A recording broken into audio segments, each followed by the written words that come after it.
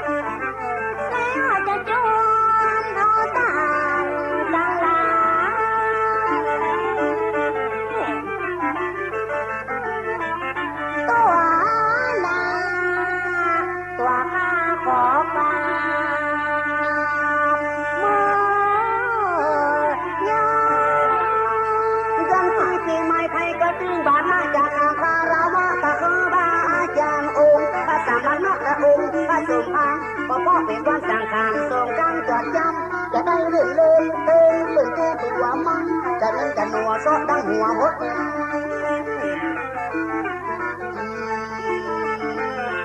มาเลยปัจจุบันจะหนัวดังหัวลดน้ำดีในมีข้าวน้ำในมีหงขอมันเป็นสิริมงคลบ่ได้มืดมนกะละทมมองเศร้าเขาอย่าตั้งจิตเขาอย่าได้ตั้งใจต้อนรับปีใหม่ส่งให้ปีเก่าจะได้ดังว่าพ่อเท่าแม่เท่าก็พระสงฆ์องค์เจ้าว่าต้องมาทำ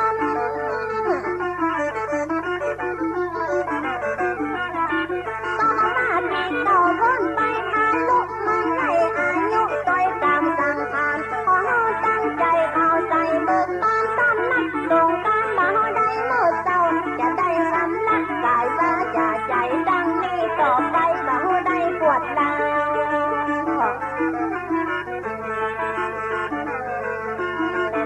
เหตุให้กลางวงมาขับสนปวดร้าวไล่ตุ้ยปีเก่าไล่ตุ้ยปูสังขารความด้วยความยากลำบากทรมานขออย่ามาปานขออย่ามาปะเดือนที่ปีใหม่จะสะเจ้าดังหัวมุกเปิดติ้งตัวบ่มีโมฆะจะขอสุมากาคาราวะอาจารย์ตั้งตาจำมานะชีวา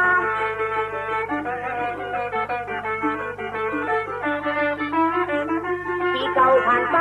บัดนั้นได้คิดแม่นได้ทำคิดหัวที่ปากกำกายว่าใจมันมือตามัวดำเอาได้กระทำสิ่งบัดถูกต้องจะเอานำสู่การสะเจ้าดำหัวเพื่อจะยื้อพ้นตัวพ้นจากความทุกข์ร้อน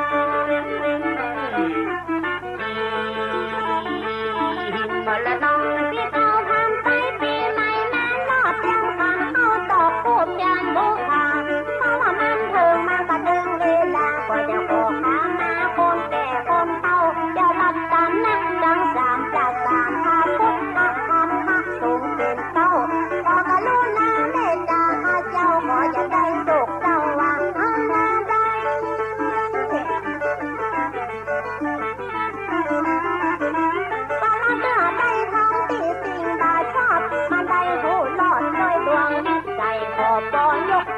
ยกโกรธอาภัยขอใจคิดเหนือคิดใจขออย่าได้เป็นบาปขออย่าได้เป็นกรรมขออย่าได้คิดตามขอบ่ยกโทษไว้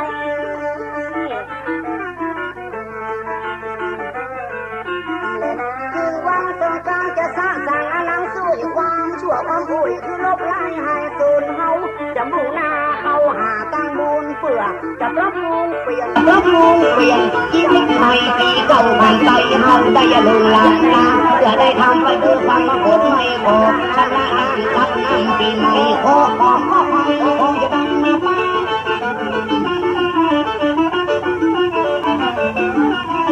ที่รู้ทำลงใจมันบัดนั้นได้คิดจำ มโนจิตคิดเป็นคำฝันว่าจีกังมะมโนกังมังกายกังมังอย่าบังเกิดขึ้นรถไฟตัวปีนี้ไปเทวันโตโตสังขารอย่าหมดละหมดลิมาเลยนะบ้านชั่วบ้านนี้มันมีตัวปีเก่าก็จะได้สุขเราก็จะได้เงาตนเป็นหนึ่งปีและจะลิมองคนเห็นไล่ต่างวนอารมณ์ไล่หายจากโมจะกิเลสหมดจากตัณหาทุกเวทพันนาไปกาเกี่ยวกับปีไหนต่อไปจะได้ตกได้หนักก็มีโชคมีลาภอย่าลืม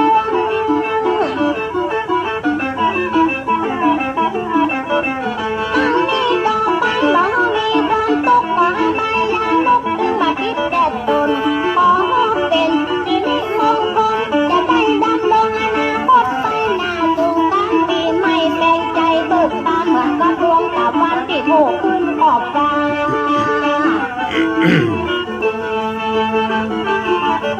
และนั่นก็ต้องหาปีดีมันเป็นดีมันเป็นที่ดีมีกรณีนายตะวันจังมีเป่าพระเป็นพระอรหันต์บนดอยแม่ฟังของเรื่องผู้วันที่17 มกราคมวันในพันในโพมากันมาเป็นหมู่พระเจ้าแผ่นดินบินมาแล้วอยู่มาจดสุขหลวงผู้ที่อยู่บนดอยโอ้ปีนี้เป็นปีดีที่สุดกันนะปีหลวงปู่แหวนปรินิพพานผู้คนนับล้านสุขเศร้าเหงาหงอยพระเจ้าแผ่นดินบินมาบนดอยน้ำพระเนตรน้อยสูงสามหลวงปู่เจ้าบ้านแม่ฟังตุ๊กอุ๊กตุ๊กแหงอะไรหลวงปู่แหวนให้กันเจ้ากัน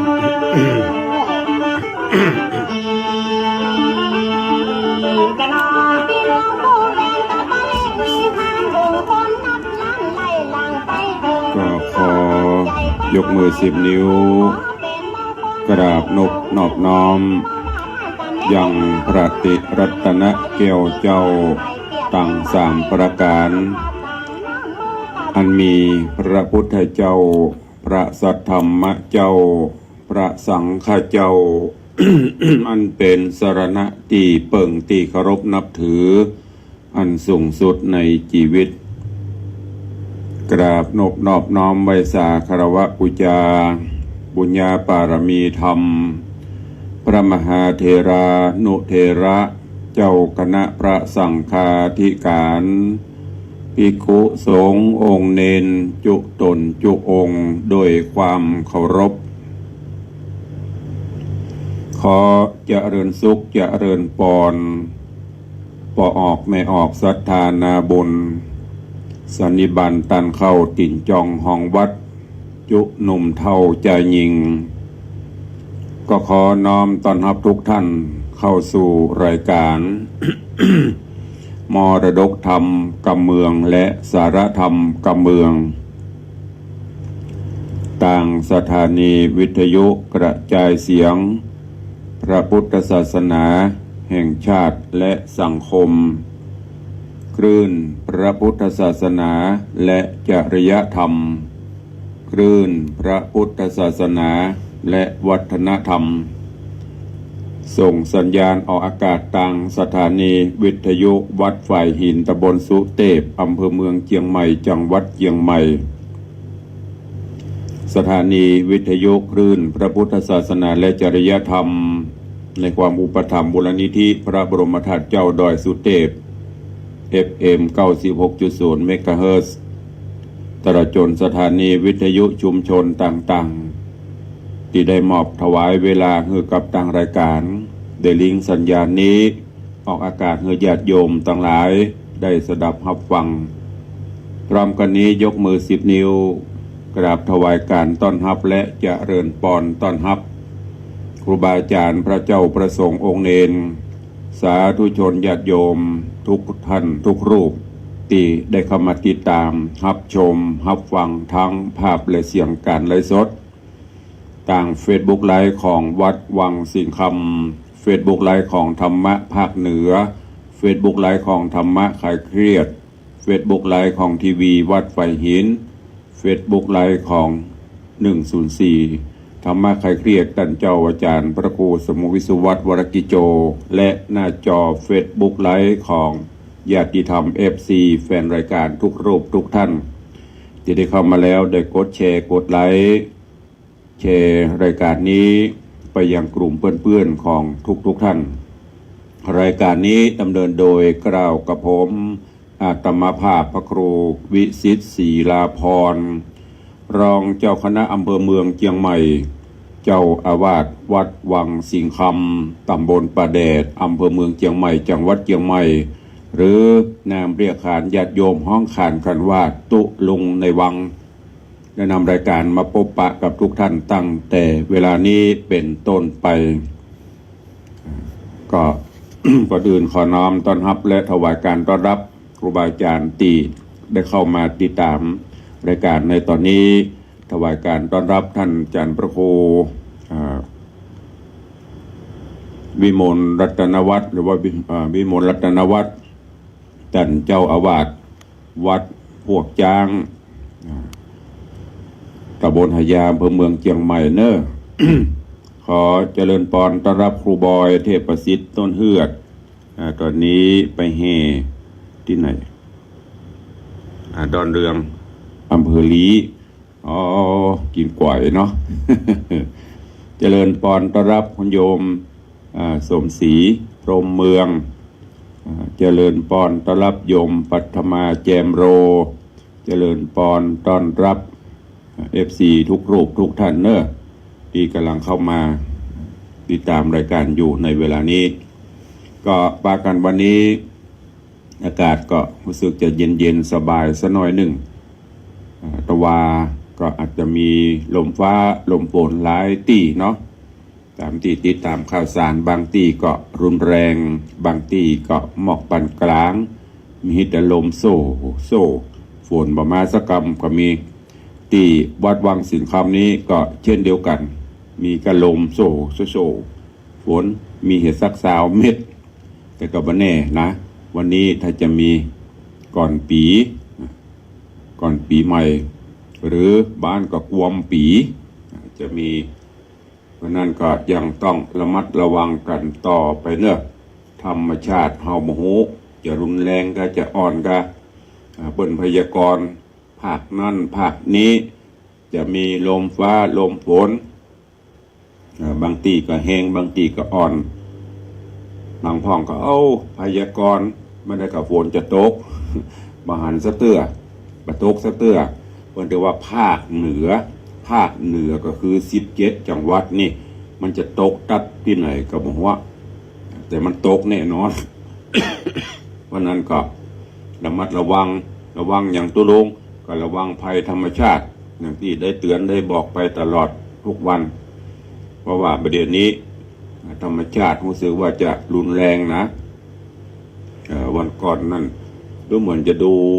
ข่าวที่ตะวานี่ครับที่ลำปางหรือที่ไหนนี่จำไม่ได้ปัดปลาบ้านถล่มเป็นหลังล่มมาได้กับดิ้งนี่ล่มไปทับใส่เจ้าของบ้านโดย2-3 คนได้รับอันตรายนั่นก็ด้วยความเป็นห่วงเนอะคือฝากฟังเตือนญาติโยมเฮาเจ้าข้าทั้งหลายในเรื่องของภัยธรรมชาติตัววันนี้ก็ขอให้ทุกท่านมีความสุขกายสุขใจเนอะใกล้ปีใหม่มาละทำจิตใจให้เบิกบานแจ่มใสทำกิจธุรกิจใดๆก็ขอให้สำเร็จผลสมดังมโนในไฟอ้างเหมือนกันจุคนตัวก็แต่ว่าหมูกฟ้าแมงคานไม่ได้เทศกรรมเมาบรรยายไปเวลามันก็นวดแต่ว่าเป็นวันพระวันศีลวันนี้ก็เข้าสู่หัวใจของรายการเนี่ยก่อนเนาะฟังน้ำฟังธรรมเรื่องหูกฟ้าแมงคานเสร็จแล้วได้รายการถ้าพอมีเวลาก็จะได้มาจ้านำปลาข่าวสารมาบอกกล่าวเล่าขานให้ทุกท่านได้รับฟังกันหูกฟ้าแมงคานในผูกที่5ตอนที่แล้วลำดามาถึงโพธิสัตว์เจ้าแมงคานและรามะเสนากู้บุญบารมี ได้ไปติดตามเสาะหายังจันตะเทวีปุ่นไปตามเมืองต่างๆเมืองแถนไม่ว่าจะเป็นแถนลอแถนคำแถนเงินตอนนี้ไปถึงเมืองแถนหวานไปถึงที่หั่นก็ไปพบไปปะแล้วก็ไปถามว่าหนทางจะไปเมืองแถนพรหมไปทางใดจะไปติดตามเสาะหาสีปริญญาจันตะเทวีซึ่งได้ปัดได้หนีไปแต่ละเมืองก็ได้รับคำตอบตีน่าสะละน่าเศร้าอีกตัวนะว่าโอ้ตันเจ้ามันถ้าไปเสาะหาเดี๋ยวนี้รู้สึกว่าเจ้ากับฟ้าเปิดมาหมายปองไว้จับจองไว้ละแล้วก็ป่อของนางก็จะยกฮือละเพราะนั้นก็มันทำไปเสาะหาต่างเมงคานก็รู้สึกว่ามาเศร้ากังบนจะเป็นจะได้จ้าซึ่งในตอนนี้ก็ได้เดินทางไปถึงยังเมืองแถนหวานก็ไปพบไปปะใส่ลูกสาวของป่อพญาแถนหวาน ซึ่งเปิ้นมีลูกเปิ้นถึง7 คนก่อน7 นางด้วยกันลูกสาวของป่อพญาคนที่ 1ชื่อว่านางแก้วมณีวันคนที่ 1ชื่อว่านางปทุมมาวดีคนที่ 2ชื่อว่าสุกันธาคนที่ 3ชื่อว่านิรมน คนที่ 4ชื่อว่านางรัตนาแล้วก็คนทวน5ชื่อว่าสุวรรณาคนทวน6ชื่อว่าจันตะภาคาคนทวน7ชื่อว่าซอยกัลยาณีอันนี้เป็นลูกสาวของพญาเมืองแถนหวานก็ถึง7นี่ก็งามกิลีปะลอคำป้อคำปันป้อไผ่ป้อมันคำปันคำป้อเหมือนกันมีความสวยสดงดงามเหมือนกันแล้วก็หวานล้อมด้วยคำหวาน ต่างกับหมายปองกับโพธิสัตว์เจ้าแมงคานเช่นเดียวกันแล้วก็อู้กันหวานล้อมเพื่อหวังที่จะได้อยู่ชิดกู้กับแมงคานเจ้าแมงคานก็รู้สึกว่าโอ้ไปที่ไหนก็ได้ยินเปิ้นอู้ว่าเมืองแถนลอยังไก่เมืองแถนพรหมก็ยังไก่อยู่ประกอบกับจันตะเทวีก็มีผู้ที่จะหมายปองไว้ก็เกิดความเศร้าสลดใจไปพอถูกนางทั้งหลายเล้าโลมจากนั้นจิตใจก็เริ่มอ่อนไหวละจากตีเด็ดเดี่ยวมั่นคงจะไปเสาะหาภรรยาแต่ก็เริ่มหวั่นไหวไปอันนี้ญาติโยมทั้งหลายคนห้องวิยาภาษาธรรมะกิเลสตัณหาต่างๆเมื่อได้ยินคำเล่าคำโลมต่างๆจิตใจก็เริ่มจะอ่อนไหวในตอนนี้ก็เลยจะพักจะผ่อนที่เมืองแถนหวานแต่ว่าอากาศมันเย็นมันหนาวยินดูม้าที่นำปลาไปก็เลยกึศใจว่าโอ้จะเอาหลัวเอาฟืนมาสูมคือม้าได้คลายหนาวได้อบอุ่นก็ขอแม่ยิงนางทั้งหลายที่ในเมืองนั่นน่ะขอเมตตาหลัวขอฟืนเพื่อที่จะเอามาสูมไฟเขาก็ไปเสาะฮือตัวใจเพื่อที่จะได้หวังประชิดแนบชิดกับโพธิสัตว์เมื่อได้หลัวได้ฟืนมาแล้วแมงคานกับรามะก็ช่วยกันสูมไฟคือม้าแล้วก็เอาโซ่เล็กเขาจะว่าเชือกเล็กถ้าเชือกเล็กละอ่อนหูจักอะไรเป็นเชือกอะไรเป็นเหล็กคนตะโกนว่าเชือกเล็กก็คือโซ่เล็กนั่นแหละเอามามัดล่ามม้าไว้เพื่อบือม้าไปที่ไหนจากนั้นก็พากันไปแอว ตามบ้านสาวตามในเมืองนั่นน่ะตามที่นางถึง7 คนพอดีแอวเพลินไปไฟที่สูมไว้ก็ลุก โจดช่วงชัชวานขึ้นอีเนาะแม้ก็ฮ้อนนักเกจะไปทางใดก็ไม่ได้ เพราะถูกโซ่ล่ามไว้ ถูกโซ่ล่ามไว้ ไฟก็ลามเข้าสุดท้ายม้าก็ถูกไฟคลอกตายเพื่อมหันก็เอาจะแย่จะใดแล้วจะเอาอย่างขี่ไปทางหน้าไปเสาะหาจันตะเตวีก็มาเกิดความสลดใจขึ้น เรื่องราวของหูกฟ้าแมงคานจะเป็นจะใดก็เจริญปอนทุกท่านได้ติดตามรับฟังพระธรรมเทศนาปืนเมืองเหนือเรื่องหูกฟ้าแมงคานในผูกที่6ตอนที่1เป็นลำดับไปณโอกาสบัดนี้ นะโมตัสสะภะคะวะโตอะระหะโตสัมมาสัมพุทธัสสะ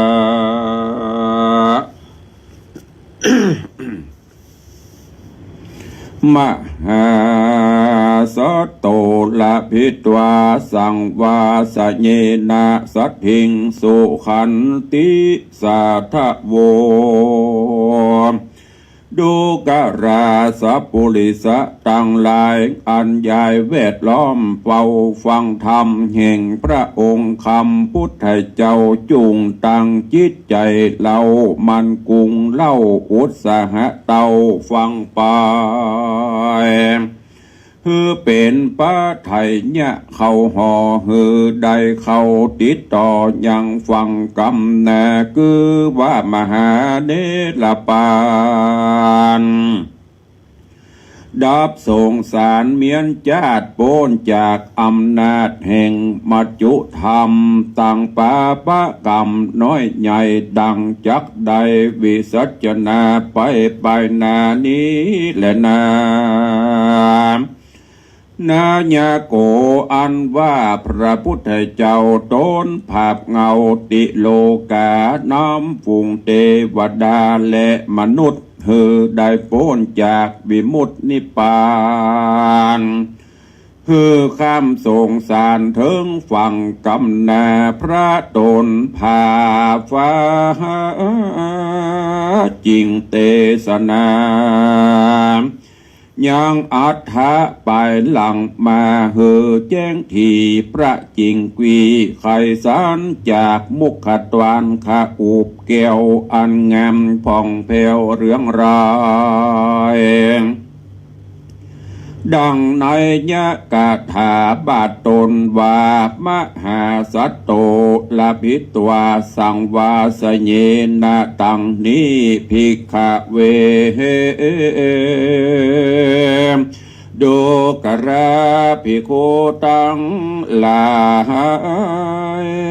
ตนทะรมจินใสวิโรธแย้มนอนเจ้าหน่วยยศมากแมงคานกับตังเศษนักหานสั่งใจหากจะเดินไปเถิงยังที่อยู่แห่งเมืองนอกูแทนวานนอโปธิญาณ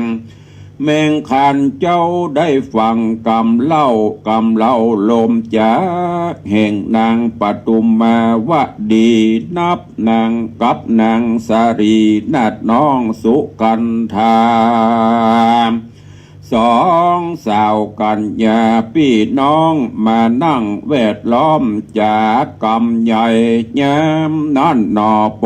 ธามีหัวใจไววันเซิงบอกหูจักเหตุเยื่องอันใด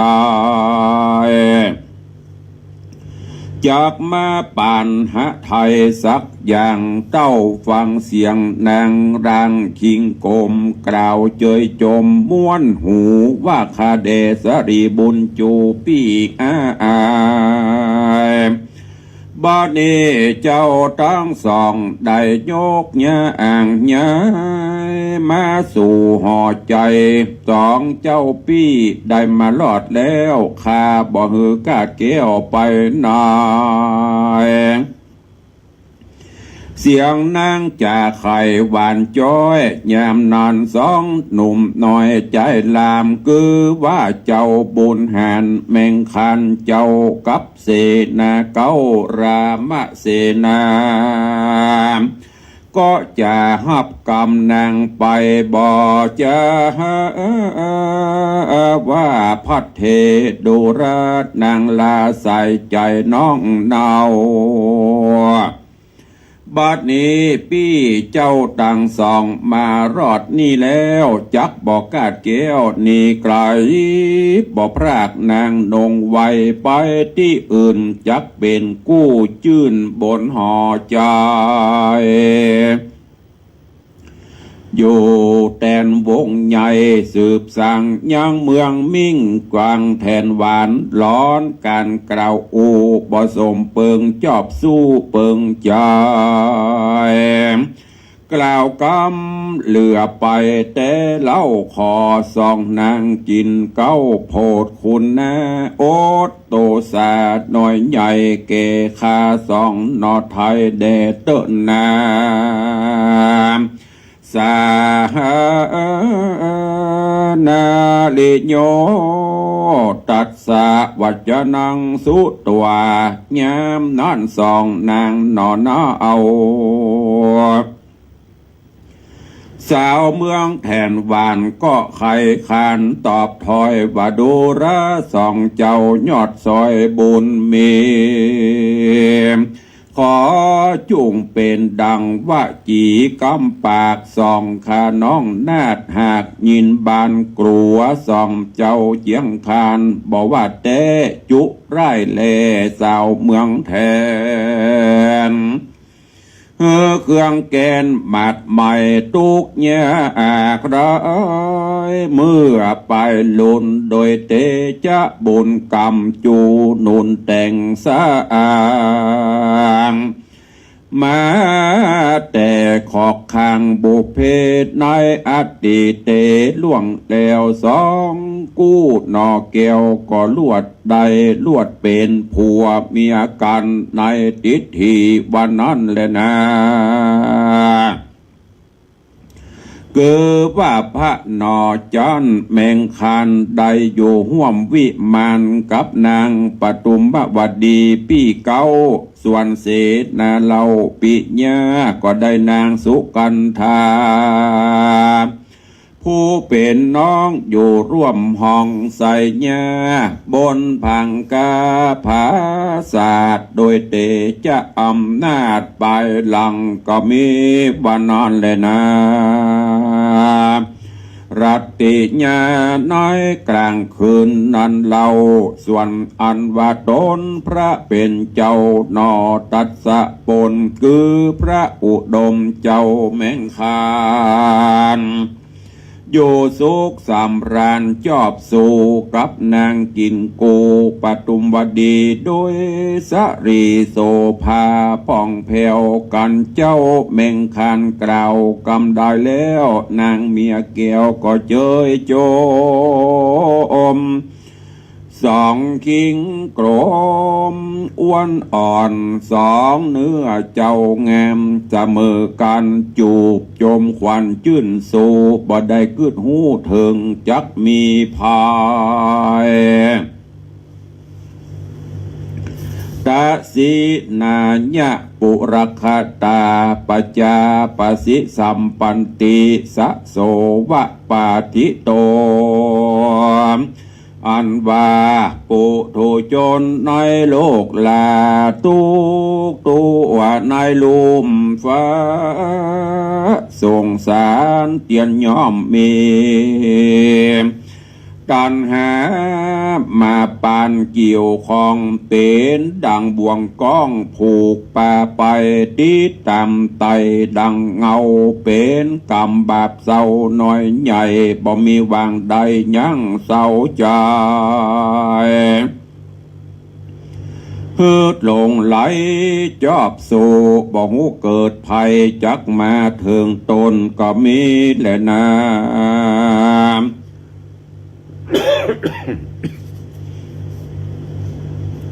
ตะมาทังปะกาเซนโตสัทธาอาหาสัทธาอันว่าพระสัพปัญโยตนเป็นครูเก้าเจ้าจักไข่เล่าอดีตามจริงเตสนาว่าอาคิตารูวัตะขันทังดังนี้ภิกขเวดูกราภิกขุตังลา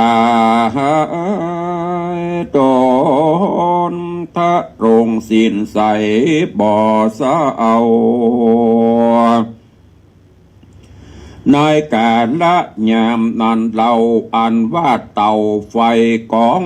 หลวงใหญ่อันรามเสนากลุ่มกองก่อไว้ฮือแม้มณิสายได้พิงอยู่ไปหลังก็ลุกว่าดังลมมาถูกตองเปลวไฟลามแลบลองลามไป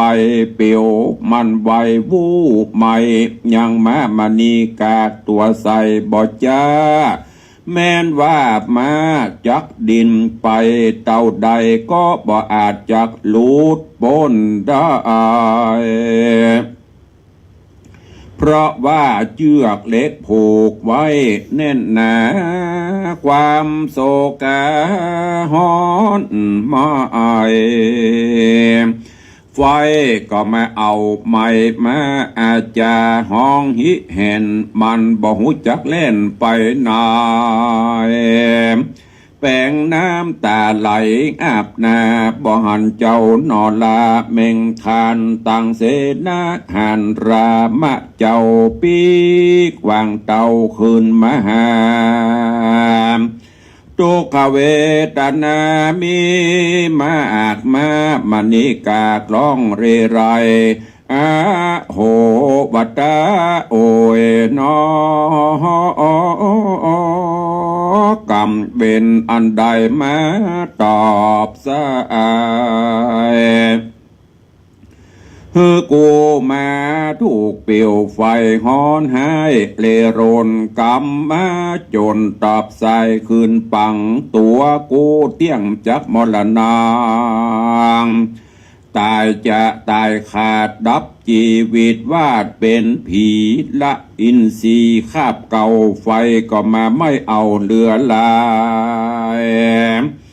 บ่อสาบายแสบใหม่จากหกวิ่งไปไหนบ่ได้เหตุว่าเปิ้นมาใส่เล็กไว้จอดแข้งขามา มณีกาลองร่ำให้เหลียวหาพระแก่นไทยแม่งคันวัดดูราพระผู้บานเฮ้ยเป็นเจ้าเอาถ้าลงยศเล่าลือตัวเมืองแทนบัดนี้กำเว้นมาแตนรอดคาจักความนาตายป่ากลางกองไฟเปี่ยวใหญ่บัดตันได้หันนาเจ้าปีต่างสองและเนอว่าอ่าน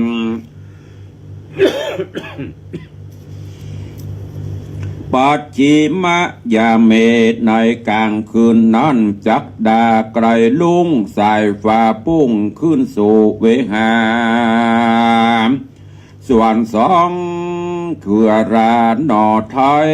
หากมานอนอยู่ตะตัวใส่บนหอคำก้อนยามเดึกดำมาหอดเหมยตกเกี่ยวกะสอดเป็นสา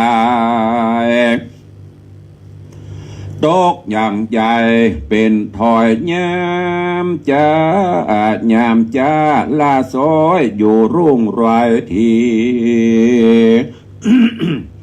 ส่วนนอบุญมีตนชื่อว่าเมงคานก็สั่งอำลานางนงคานปทุมวดียอดซอยวัดดูรานางปทุมมาวะเดน้อยน้องปีข้าขอนางท่าอยู่นี่พังกา กูโอปีขออำลากาพรากกันกูปีได้เป็นเต้าราชลาจาจักก็จักมาคืนมาฮับเอานางแก้วไปเป็นกู้แก้วเตรียมตน แย้มนอนนางปตุมาวดีตามนนาอาไทยกันก่อนนบน้อมไว้เจ้าบุญมี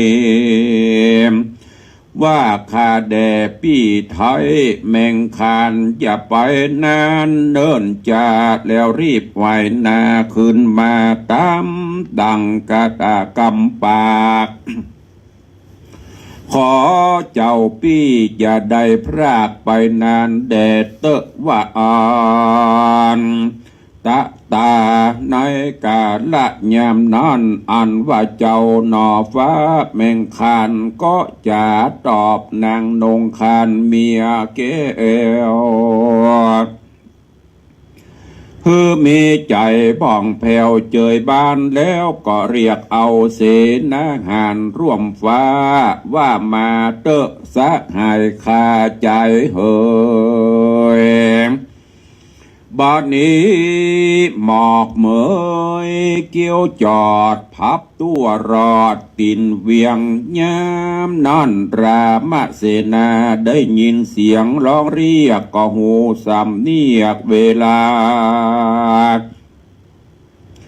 เจ้าก็สั่งอำลาเมียแก้วจื้อว่านางร่างเขียวสุกันทาวาโดราสดีโสภานาดน้อยขอเจ้าก้อยอยู่สบายกูพี่จะขออำลากาพรากไปตามหาตนแม่นางเมืองการเสดนาเรื่องสั่งเลวก็อำลาเมียเกี่ยวออกจากหอคำน้อยยามมืดดำบ่อแจ้ง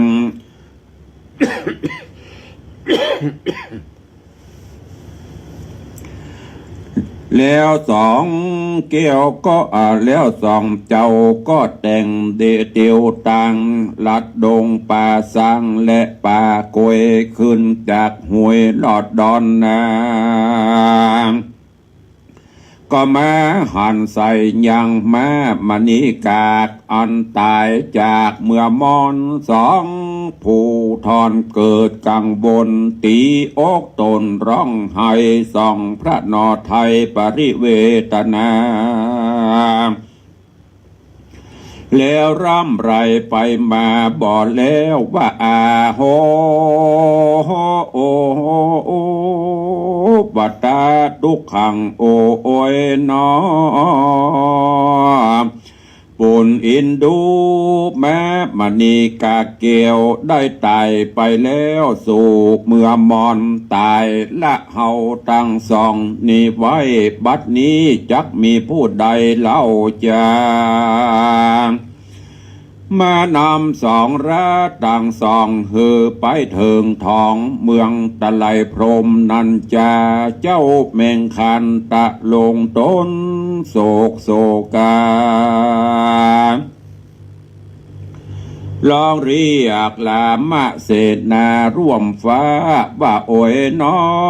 วิบากแห่งคาสองราหากได้มาซะน้องตอบจักบ่มีมาหอบอุ้มสองลาสายสุตาเฮยมามิ่งเกี่ยวตายไปแล้วบ่คืนมาบัดนี้เจ้าอาชามาตายละหมู่เสนาเจ้ามาตายละข้าใหญ่น้อยยิ่งใจมาตาย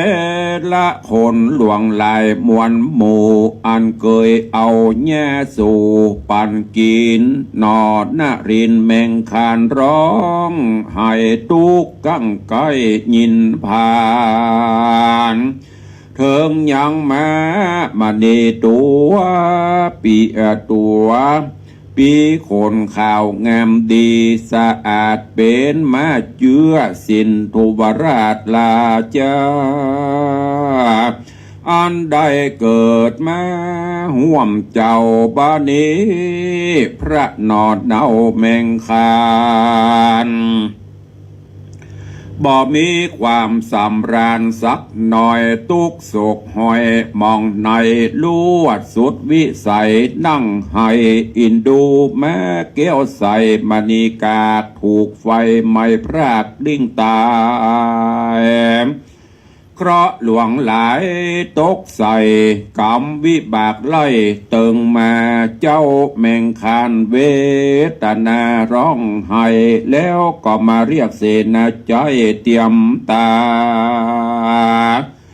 ว่ารามาเส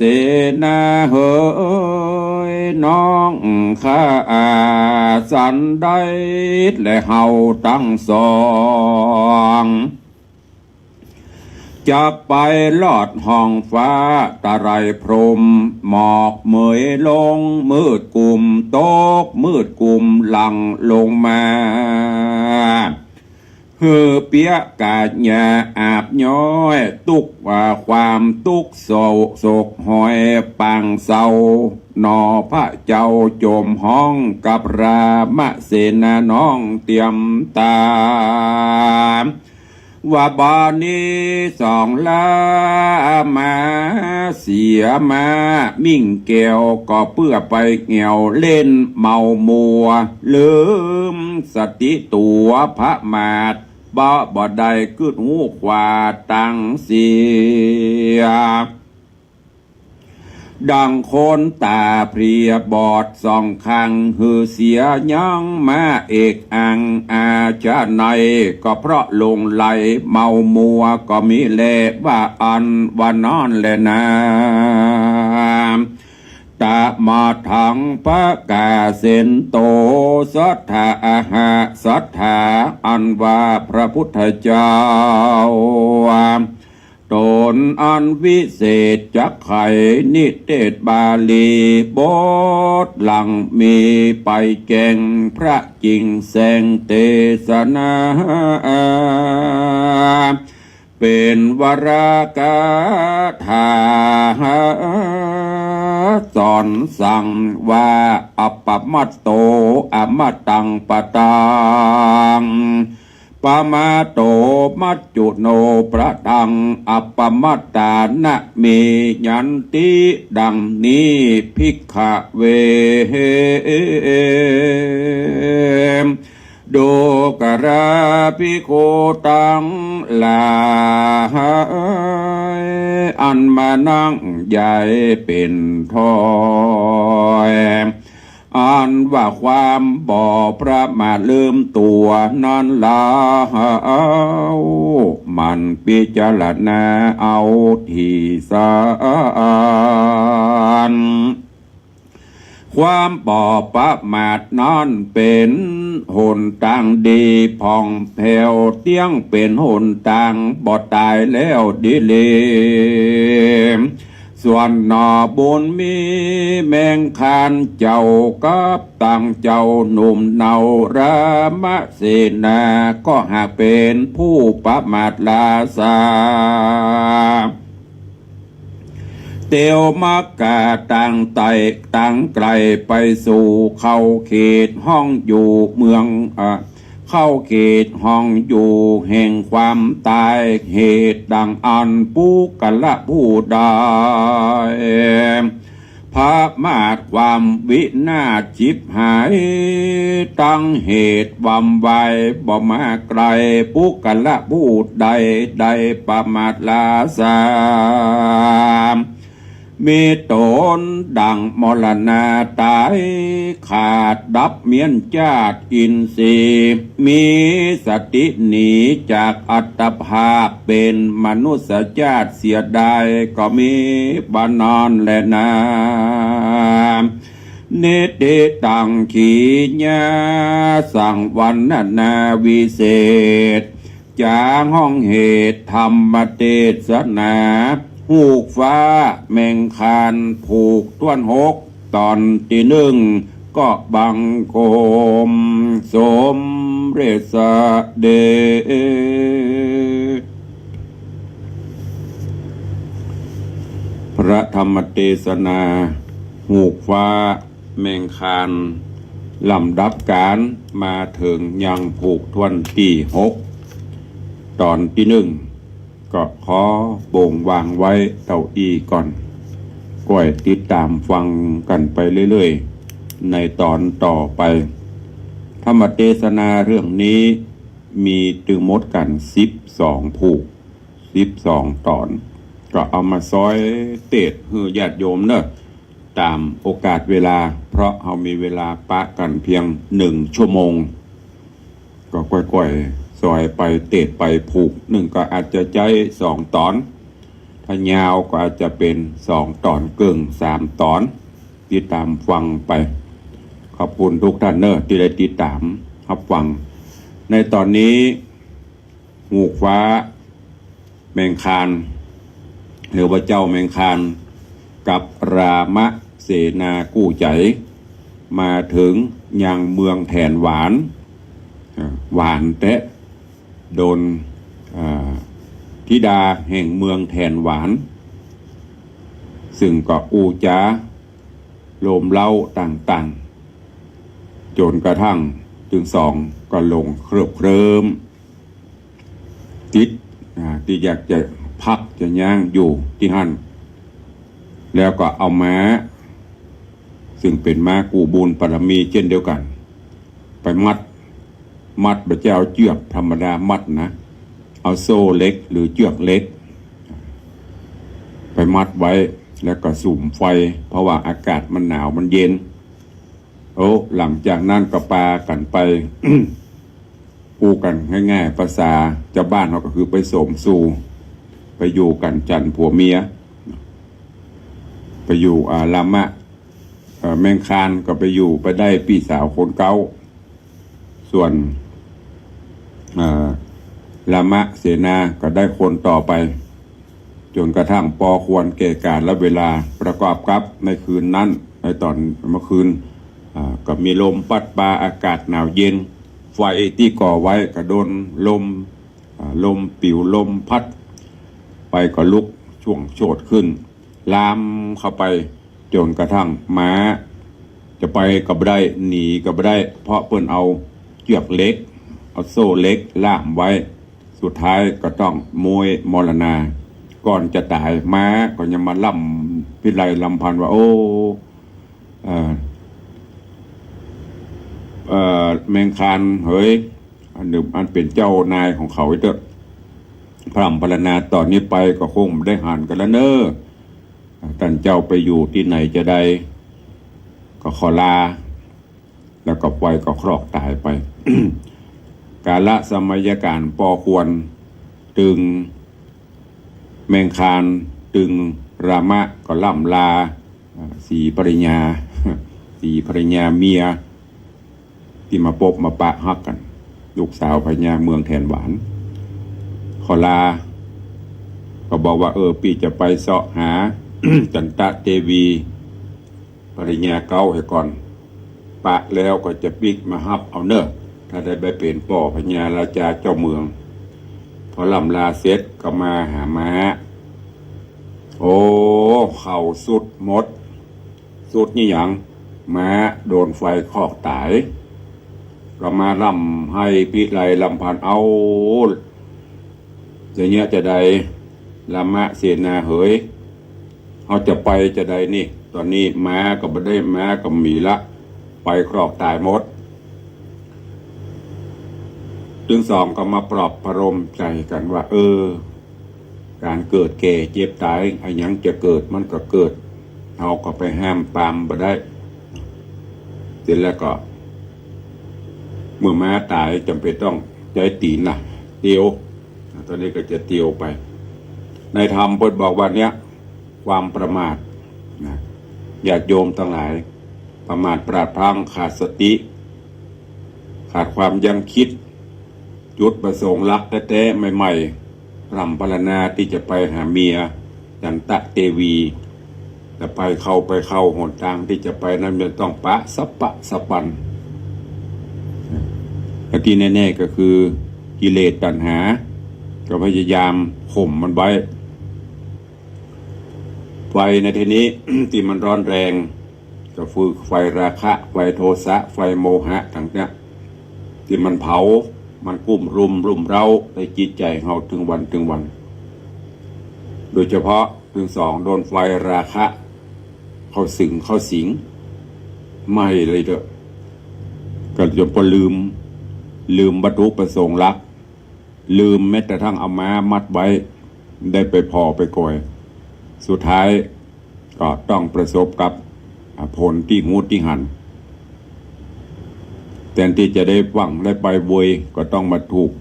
ม้ากระตายละนะสุดท้ายมาก็ติวเพราะนั้นญาติโยมทั้งหลายต้องมีสติมีสัมปชัญญะหูว่าเฮามีจุดประสงค์อันอย่างอันใดจะไปปล่อยให้ไฟกิเลสตัณหาเข้ามารุมเร้าหัวใจหลักศีลหลักธรรมเข้ามาปราบปรามเอาบ่ว่าจะเป็นไฟราคะไฟโทสะไฟโมหะความโลภความโกรธความหลงกิเลสตัณหาต่างๆเอาศีลเอาธรรมเข้ามาชำระชะล้างเอาก็จะสามารถแบ่งเบาไปได้เป็นบางเป็นคราวเนอะแต่ถ้าเราปล่อยให้ไฟเหล่านี้สูมกลุ่มลุมไม่สุดท้ายเราก็จะช่วยยังไม่ได้เอาตัวเราไปรอดก็ฝากไว้กับญาติโยมทั้งหลายเดี๋ยววันพุธก็มาฟังกันสรุปแล้วก็จะได้เทศในตอนต่อไปเนาะด้วยเวลาอันจำกัดหุกฟ้าแมงคานก็โป่งวางไว้เต้าอี้ก่อน วันนี้มีข่าวประชาสัมพันธ์ฝากไว้กับญาติโยมทั้งหลายเนอะที่วัดต้นปินตำบลแม่เฮียอำเภอเมืองเชียงใหม่มันก็จะมีงานส่งน้ำพระธาตุเจ้าเจดีย์ประจำปีงานสืบชะตาประจำปีโดยก็เชิญชวนทุกท่านได้ไปร่วมกันเนอะที่วัดต้นปินตำบลแม่เฮียอำเภอเมืองเชียงใหม่แล้วก็ที่วัดสวนดอกพระอารามหลวงวันนี้ก็จะมีงานวันบูรพาจารย์มันจะมีการทำบุญน้อมรำลึกถึงบูรพาจารย์ผู้มีพระคุณบูรพกษัตริยาธิราชผู้สร้างวัดสร้างวาก็จะมีพิธีทักษิณานุปทานทำบุญสุนทานนิมนต์พระสงฆ์เถระมาโปรดเมตตาก็เจริญพรเชิญทุกท่านร่วมงานในครั้งนี้โดยทั่วกันโดยในช่วงนี้ก็จะเป็นช่วงของเทศกาลใกล้เข้าไปติดๆแต่เชียงใหม่เพิ่นประกาศตั้งแต่วันที่1เนอะวันที่1เมษายนเป็นต้นไปก็จะเป็นช่วงของการเข้าสู่เทศกาลมหาสงกรานต์วันที่วันที่8 9 10 11เนอะที่วัดศรีโสดาก็เชิญทุกท่านร่วมงานในโอกาสครบรอบการก่อตั้งวัดศรีโสดาครบรอบ90 ปีครบรอบอายุวัฒนมงคล90 ปีเช่นกันของพระเดชพระคุณหลวงปู่พระธรรมวชิระโกศลที่ปรึกษาเจ้าคณะภาค7เจ้าอาวาสวัดศรีโสดาหลวงปู่เจริญอายุวัฒนมงคลมาเป็นปีที่90นอกจากนั้นก็ครบรอบ60 ปีการก่อตั้งโครงการพระธรรมจาริกตลอดจนศูนย์สงเคราะห์เจ้าเขาของวัดศรีโสดาหรือว่าส่วนภูมิภาคเนอะ3 งานร่วมกัน4 ถึงงานเฉลิมฉลองถาวรวัตถุก็เชิญชวนทุกท่านไปร่วมมุทิตาสักการะร่วมงานทำบุญของวัดศรีโสดาในครั้งนี้โดยทั่วกันเนอะ8 9 10เป็นวันเฉลิมฉลองวันที่11เป็นวันสืบชะตาหลวงเจริญพุทธมนต์อายุวัฒนมงคลครบ90 ปีพระเดชพระคุณหลวงปู่พระธรรมวชิระโกศลเชิญทุกท่านร่วมงานโดยพร้อมเพรียงกันวันนี้ก็ขออนุโมทนาขอบคุณเนอะกับญาติโยมศรัทธาที่เป็นเจ้าภาพไม้กำสลีตลอดจนบริจาคก่อเจดีย์ทรายประจำปีใหม่เมืองที่วัดวังสิงห์คำ ขอบคุณอนุโมทนาบุญกับโยมปอศรีแม่เพียรชัยพนัสบ้านกองขิงหางดงร่วมเป็นเจ้าภาพไม้กำ1 เล่มขอบคุณพี่นันโอเนอะกระดาษลุยไฟฟังจื่อมันนะปะเทาะสวกประสวกกับฟังเตอะกระดาษลุยไฟ ไฟยังลุยได้อยู่นะก็เมตตาได้เป็นเจ้าภาพไม้กำ1 เล่มกำโจกกำใจกำจตาปรมีกำกิจการเนอะขอบคุณโยมแม่สุพัฒน์เอี่ยมเจริญพร้อมครอบครัวสามีกาลูกเต้าก็ร่วมเป็นเจ้าภาพไม้กำ1 เล่มนอกจากนั้นก็มีคุณโยมอนงสุวรรณคุณโยมสุจินตาวประพันธ์ดอยสุเทพก็ร่วมเป็นเจ้าภาพเพิ่มเติมแถม1 เล่มเหลือตึงมวลที่ได้จัดทำไว้เนอะแหมประมาณ19 เล่มสุดท้ายปีนี้ทำบรรนักเพราะว่ามันมี2 อย่างในส่วนของวัดก็จะเป็นเล็กส่วนของญาติโยมก็จะเป็นไม้ตามปกติ หมดแล้วก็หมดเลยมีเวลาละทำกับประธานละใครจะจับจองเป็นเจ้าภาพก็โทรเข้ามาเป็นเจ้าภาพได้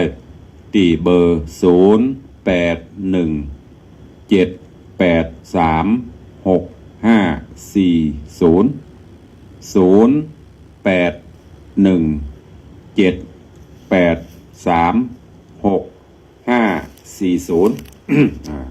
แจ้งเข้ามาได้เนอะเหลือแถมประมาณ19 เล่มสุดท้าย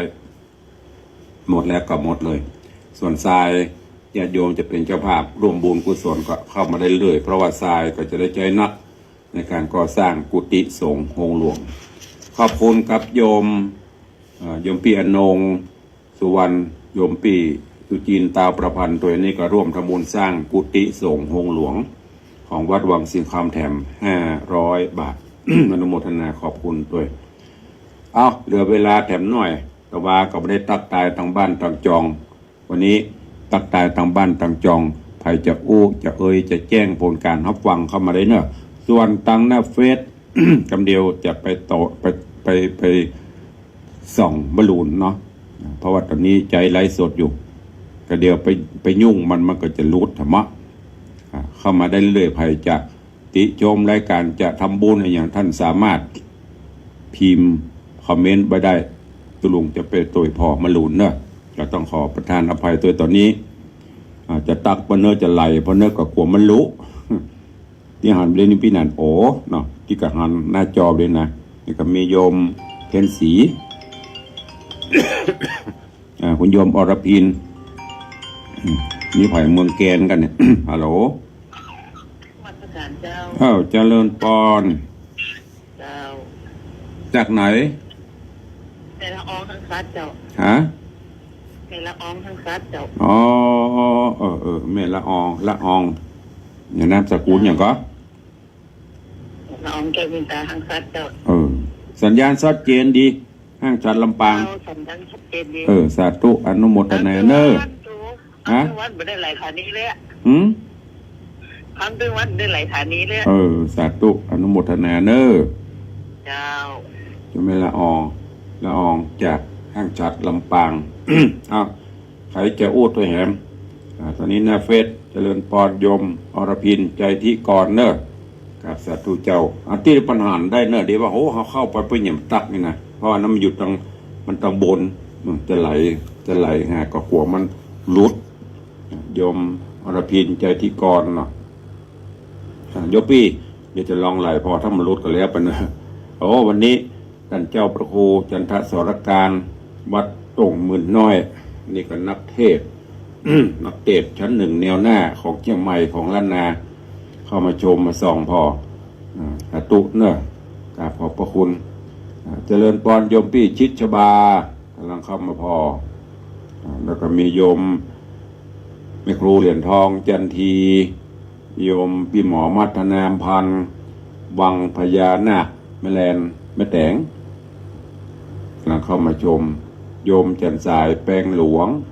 โยมพินาธิโสมเตปินลองพรบัลลองบหูเนาะเพราะมันรุดกันแล้วไปเนาะโยมทองคำที่บงคำโ โยมรอดโยมแก้วรอดสการกำลังเข้ามาติดตามชมโยมพินันล่าพินันจรันปิยาจันทร์นี่ก็เช่นเดียวกันขอบคุณกับพินันเนอะได้เป็นเจ้าภาพเสวียนเป็นเจ้าภาพทรายแล้วก็รวบรวมถวายทานเป็นต้นเงินเปิ่นอุทิศให้ป่อให้แม่ญาติพี่น้องเป็นประจำทุกปีนี้ยังทำ2 ชุดกันนะชุดแรกส่งมาละเอาไปตั้งที่ห้างโลตัสหางดงหลายท่านหลายคนเนอะรวดประชาสัมพันธ์ที่ไปที่ห้างโลตัสหางดงอาจจะหั่นเป็นเจดีย์ทรายหั่นเป็นพระวันเกิดส่งน้ำพระหัวปึ่งตุงเงินตุงทองที่ในห้างนะอันนั้นก็โดยความเมตตาของท่านผู้อำนวยการเพื่อนได้คือทางวัดไปจัดตั้งเพื่อนนำปัจจัยมาจ่ายในการพัฒนาวัดในการสมทบสร้างถาวรวัตถุของวัดตัวเองก็ไปปูจาที่หันก็ได้ไปจอมไปเหยียดที่หันก็ได้ปัจจัยทุกบาทเพื่อนก็เอามาร่วมที่วัดเนอะที่ห้างโลตัสยังไม่หางดงเป็นนานแปลงเสวียนก็เอาไปตั้งปุละแปลงมา5เอาไป3 จานได้เป็นนานเนอะเอาจานตังบนไป3 จานตังบน2 จานตะลุ่มเอาไว้ถ้ามีเวลากับแปลงมาเสริมอันนี้ก็ได้เนอะแปลงมาเสริมอันแหม3 จานตังบนเนี่ยเดี๋ยวนี้มันมีฐานที่2 จานละจานที่1ที่2จานที่3 4 5เอาไปติโลตัสโยมเพชรนะเจริญปอนครูบอยปุ่นวันนี้กำลังเดินทางไปแห่วัดกูแก้วดอนเรืองอำเภอลีเดินทางปลอดภัยเนอะได้กระทิบนักคุณโยมสลินทิพย์บุญเลิศแล้วก็ท่านเจ้ามหาพรหมวิบุรวัฒน์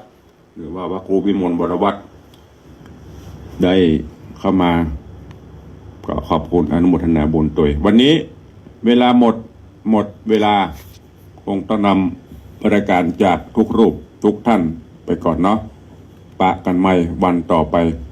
ก็ย้ำเตือนใครจะจะจะร่วมโมทนาบุญเป็นเจ้าภาพไม่กำก็ดีไซน์ก็ตามก็แจ้งเข้ามาหลังไมค์ได้เนอะ0817836540ได้ทุกเวลาขอความสุขสวัสดีจุงบังเกิดมีกับญาติโยมศรัทธาครูบาอาจารย์จุตนจุองจุผู้จุโพนเนอ